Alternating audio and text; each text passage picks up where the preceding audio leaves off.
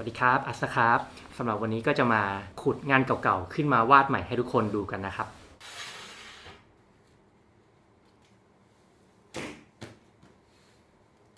ตั้งแต่เริ่มวาดรูปมาเลยนะครับก็คือเก็บสะสมงานใส่แฟ้มแทบทุกชิ้นเลยครับผมสำหรับแฟ้มที่จะเอามาให้ดูกันวันนี้นะครับก็คือจะเป็น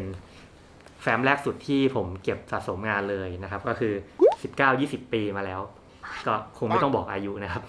ตัวละครที่จะเอามาวาดใหม่ในวันนี้นะครับก็จะเป็นนี่เห็นไหมเอ่ยแม่มดตัวนี้ชื่อว่าอากาโดเวอร์ชัน1นะครับสำหรับไอเดียของตัวละครตัวนี้ก็คือจะเป็นแม่มดที่ใช้พลังเวทมนต์จาก Magic Cube หรือว่าเป็นลูกบาศก์เวทมนต์นะครับผมก่อนที่จะไปเขียนภาพจริงเนี่ยก็เดี๋ยวไปลองสเก็ตเป็นไอเดียคร่าวๆในสมุดสเก็ตกันดูก่อนนะครับก็สำหรับไอเดียที่อยากปรับปรุงภาพแม่มดอากาโดอันนี้นะครับก็คือโฟลว์ของโพสนะครับมันดูไม่ค่อยเคลียร์เท่าไหร่แล้วก็เชฟซิลูเอทของตัวละครอะไรเงี้ยมันดูยากนิดนึงนะครับ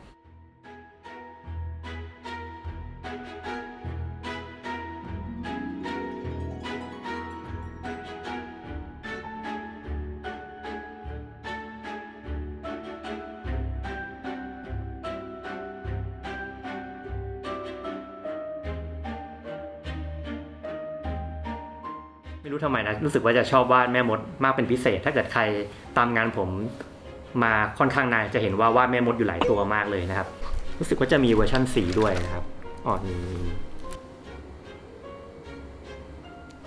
รับสเก็ตได้ประมาณหนึ่งแล้วนะครับก็จะเห็นว่ามีการแบบรีดีไซน์คอสตูมบางส่วนให้มันดูมีอะไรมากขึ้นมีความหลากหลายของเชฟมากขึ้นนะฮะก็มีเพิ่มโฟลว์ของตัวแขนเสื้อต่อไปก็จะร่างละเอียดให้มากขึ้นนะครับคราวนี้ก็จะเริ่มเกลาพวกรายละเอียดต่างๆให้ถูกต้องแล้วนะครับผม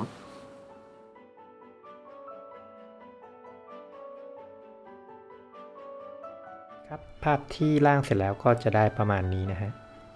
ก็จะมีเส้นที่เป็นโฟลว์หลักของตัวละครก็คืออันนี้นะครับเป็นเส้น gesture line ของท่าโพสใช่ไหมครับตามตัวthumbnail sketch ที่เราได้ร่างไว้ก่อนหน้านี้แล้วนะครับแล้วก็จะมีเส้นอื่นๆอีกแม้กระทั่งท่าโพสของตัวละครที่เป็นมัสคอตก็เหมือนกันนะครับก็จะโค้งเข้าหาตัวละครเส้นโค้งทั้งหมดที่อยู่ในภาพเนี่ยผมพยายามใส่ให้มันเชื่อมโยงกันหมดเวลาคนดูภาพเนี่ยมันจะได้เกิดความเหมือนกับภาพดูน่าสนใจเหมือนโดนลีดการมองเห็นด้วยเส้นเหล่านี้นะครับผมเดี๋ยวเรามาต่อกันกับสเต็ปการตัดเส้นนะครับสำหรับบลัชที่ใช้ตัดเส้นนะครับจะชื่อว่า Technical Pen อยู่ในหมวด Inking นะครับอันนี้เป็นบลัชที่แถมมากับตัวแอปเลย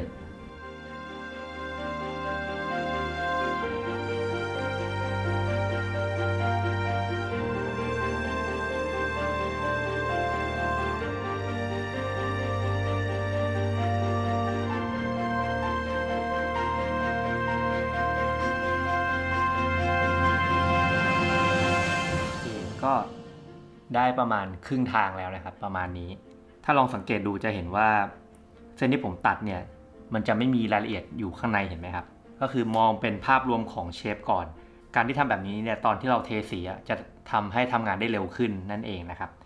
แล้วเดี๋ยวผมจะสร้างเป็นเลเยอร์ใหม่ขึ้นมาตัดเส้นส่วนที่เป็นรายละเอียดเพิ่มเข้าไป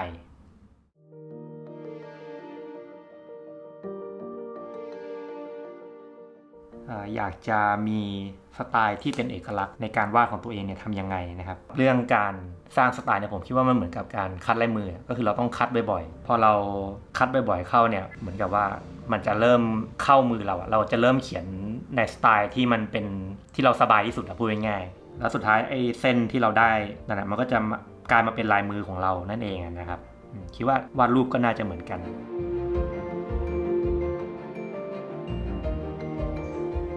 ก็เก็บเส้นดีเทลเสร็จแล้วนะครับเดี๋ยวต่อไปเราจะมูฟไปเทสีกันทีนี้ตอนที่เรากำลังจะเริ่มเทสีนะครับก็ให้เซต reference layer ก่อนแต่ที่ทำแนวเราก็เลือกที่ reference นะครับจะมีคำว่า reference ขึ้นมานะครับก็คือเวลาเราเทสีเนี่ยมันจะเอาเส้นจาก layer shape เนี่ยมาคำนวณแล้วนะครับซึ่งตอนเทสีเนี่ยให้เลือกใช้สีอะไรไปก่อนก็ได้นะครับเดี๋ยวเรามาปรับทีหลังได้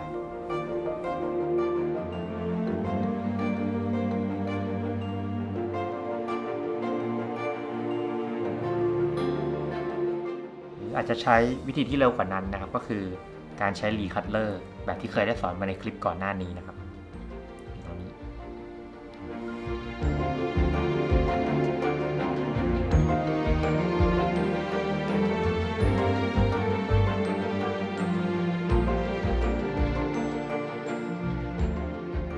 สีเสร็จแล้วก็จะได้ออกมาประมาณนี้นะครับและนี่ก็เลเยอร์เพียบเลยนะครับบางเลเยอร์เนี่ยมีการไล่สีใช่ไหมฮะตรงนี้จะเป็นกราเดียนที่ใส่เพิ่มเข้าไปให้เนื้อสีมันมีความหลากหลายมากขึ้นนะครับผมจะใช้เทคนิคการระบายสีลงไปแล้วก็ใช้กอสเซียนเบลอมาช่วยนะอันดับแรกคือล็อกอัลฟาที่เลเยอร์ก่อนก็ใช้2 นิ้วแล้วก็ปัดมาทางขวานะครับซ้อนกันหลายๆสีก็ได้นะครับเดี๋ยวพอเราทำกอสเซียนเบลอมันก็จะเบลนด์เป็นเนื้อเดียวกันจากนั้นก็ใช้ตัวฟิลเตอร์กอสเซียนเบลอตรงนี้นะฮะถูปึ๊บนี่เห็นเสร็จละนะครับง่ายนิดเดียวโอเคแล้วก็เวลาทำงานกับภาพที่มีเลเยอร์เยอะแบบนี้นะครับบางทีมาไล่สลับเลเยอร์ตรงนี้มันแอบไม่ค่อยสะดวกใช่ไหมครับบางทีก็มีผิดพลาดได้Procreate มันก็มีเครื่องมือที่เรียกว่า select layer นะฮะอันนี้ผมตั้งช็อตคัทไว้ในหน้า gesture control มันจะมีตรงนี้ครับ layer select อันนี้ผมเซฟไว้เป็นแตะปุ่มช็อตคัทแล้วก็ใช้คำสั่ง touch ก็คือแตะนิ้วนะครับก็ใช้นิ้วแตะจะมีเลเยอร์ขึ้นมาเห็นไหมครับแล้วเราก็ปล่อยตอนนี้ก็จะอยู่ในเลเยอร์ hair ละอันนี้คือไปทำเป็น custom brush มานะครับในหมวดนี้ wet texture อันนี้นะครับอันนี้เป็น custom brush ที่ผมนั่งปรับเอาเองนะฮะก็จะใช้อันนี้ระบายเพื่อที่จะสร้าง texture สีน้ำลงไปนะครับอย่างเช่นถ้าเป็นบริเวณรองเท้าบูทตรงนี้ใช่ไหมครับเลือกที่เลเยอร์นี้ก่อนบลัชตัวนี้ผมตั้ง blend mode ไว้เรียบร้อยแล้วเวลาทาลงไปเนี่ยมันจะผสมกับสีที่อยู่บนเลเยอร์นั้นให้เลยนะครับโดยที่ไม่ต้องไปสร้างเลเยอร์ใหม่มา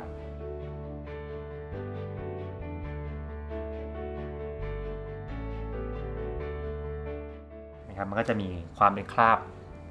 สีน้ำอยู่นิดหน่อย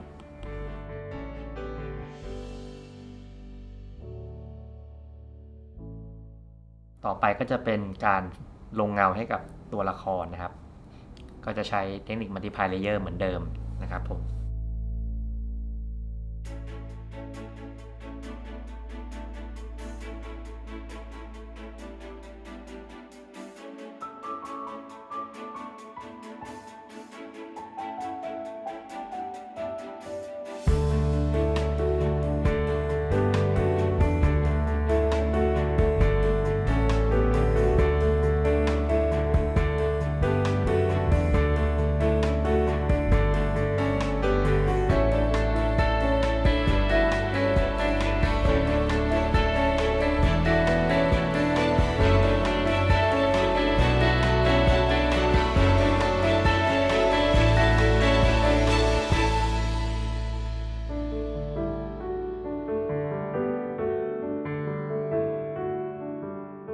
19 ปีนี่ก็เป็นเวลาที่นานพอสมควรเลยใช่ไหมครับจริงๆเราคิดว่าหลายคนก็ยังไม่เกิดด้วยซ้ำนะครับตั้งแต่ตอนที่ผมเริ่มวาดรูปเนี่ยไม่น่าเชื่อว่าเมื่อก่อนเนี่ยต้องทำงานบนคอมพิวเตอร์ขนาดใหญ่ที่ต้องตั้งบนโต๊ะทำงานแต่เดี๋ยวนี้สามารถทำงานอุปกรณ์พกพาอย่างเช่น iPad ที่สามารถใส่ในเป้สะพายหลังของทุกคนได้แล้วนะครับเทคโนโลยีนี่มันสุดยอดไปเลยใช่ไหมครับแต่ไม่ว่าเทคโนโลยีจะก้าวหน้าไปขนาดไหนก็ตามนะครับสิ่งหนึ่งที่ไม่เคยเปลี่ยนเลยก็คือการพัฒนาตนเองเนี่ยจะต้องทำอยู่อย่างสม่ำเสมอทุกวันนะครับไม่ใช่แค่เรื่องวาดรูปนะครับก็เรื่องด้านอื่นๆด้วยในชีวิตนะก็